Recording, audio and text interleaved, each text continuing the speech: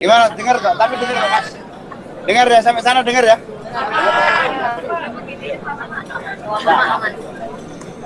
Baik kawan-kawan, terima kasih atas kehadirannya.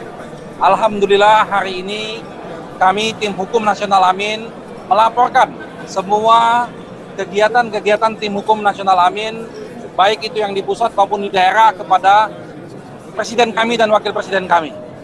Karena kami menemukan banyak sekali fakta-fakta kecurangan yang telah kami verifikasi. Dan laporan ini sudah kami follow upin, laporan-laporan ini sudah masuk ke Bawaslu dan siap akan berlanjut sampai titik darah penghabisan. Kami akan melaporkan ini sesuai dengan prosedur hukum yang ada. Selanjutnya kami persilakan kepada Pak Anies dan Pak Muhaimin untuk menyampaikan.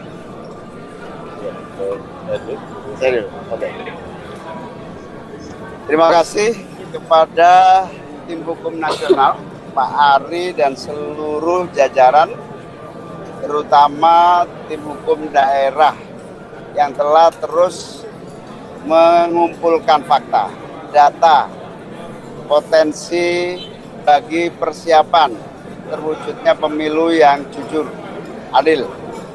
Dan insya Allah kami akan siap dengan seluruh proses yang berikutnya, di mana THN akan menyiapkan berbagai langkah-langkah hukum untuk memberikan kepastian bahwa pasangan Amin adalah pasangan yang memiliki kesiapan untuk masuk di putaran kedua.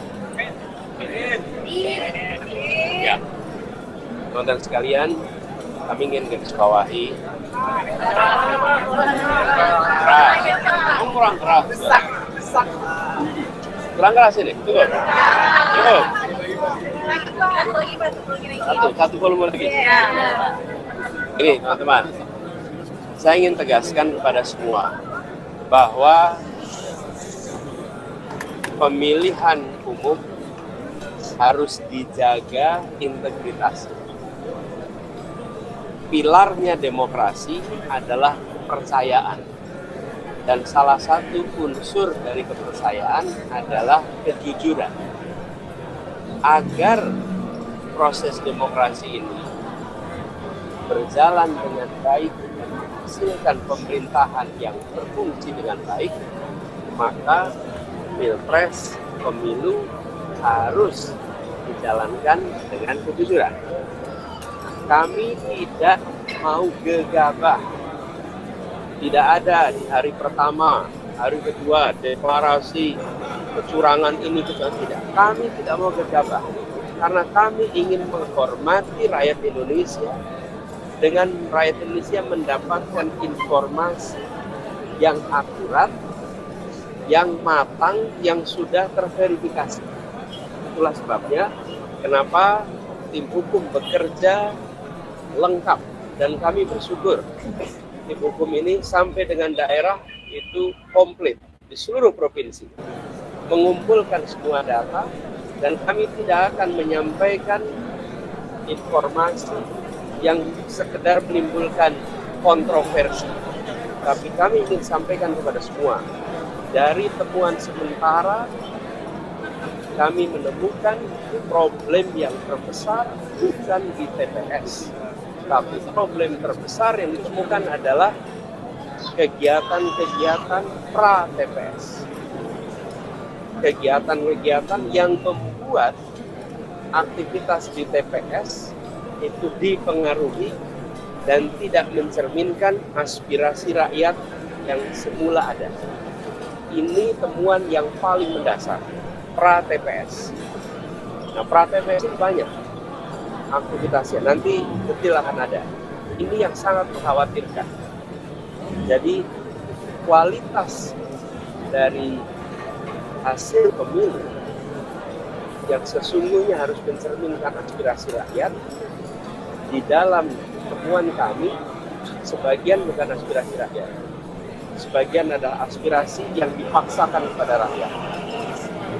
Dan proses itu tidak terjadi kebanyakan di TPS atau sesudah TPS, tapi terjadinya sebelum sampai ke TPS. Sebagai sebuah praktek ketidakjujuran, ini adalah peningkatan kualitasnya dibandingkan yang dulu-dulu. Dan ini yang bisa mengganggu demokrasi kita.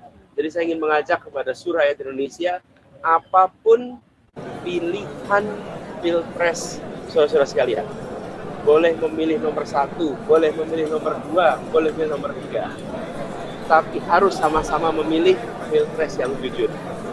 Apapun pilihannya, mau pilih 1, 2, 3, harus sama-sama kita pilih yang jujur. Dan keberhasilan karena kejujuran akan menghasilkan kekuatan moral yang kuat. Tapi kalau keberhasilan yang tidak ditopang dengan kejujuran, apalagi dengan pelanggaran-pelanggaran, dia akan menghasilkan cacat moral yang berdampak besar. Saya ingin ingatkan pada semua, pelanggaran-pelanggaran seperti ini bisa terjadi di bidang-bidang yang lain. Kalau pelanggaran di bidang pemilu dibiarkan, sebentar lagi akan terjadi di tempat lain. Di kompetisi bisnis kita akan menemukan ketidakjujuran. Di dalam praktek-praktek perubahan peraturan kita akan menemukan ketidakjujuran. Jadi penularan akan terjadi bila peristiwa di sini dibiarkan. Karena itu pada siang hari ini ketika kami berkumpul bersama di sini, kita mendengarkan, nanti sesudah semuanya lengkap, pada waktunya tentu akan ada langkah berikutnya. Tapi sekali lagi saya ingin sampaikan, kami tidak gegabah, kami tidak akan menyampaikan informasi sekedar membuat kontroversi, karena kami ingin menghadirkan hasil pemilu pilpres yang berkualitas, yang penuh dengan nilai kejujuran. Yang jelas bagi kami sekarang, kami ingin agar semua informasi yang terkumpul terverifikasi, solid, dan kami minta kepada semua jajaran, jangan ada yang mengintimidasi mereka-mereka yang mau bersaksi. Karena kita sudah menemukan di lapangan, mereka yang menemukan praktek-praktek penyimpangan itu mengalami intimidasi, mengalami ketakutan, padahal ini negeri yang merdeka, jangan sampai itu terjadi.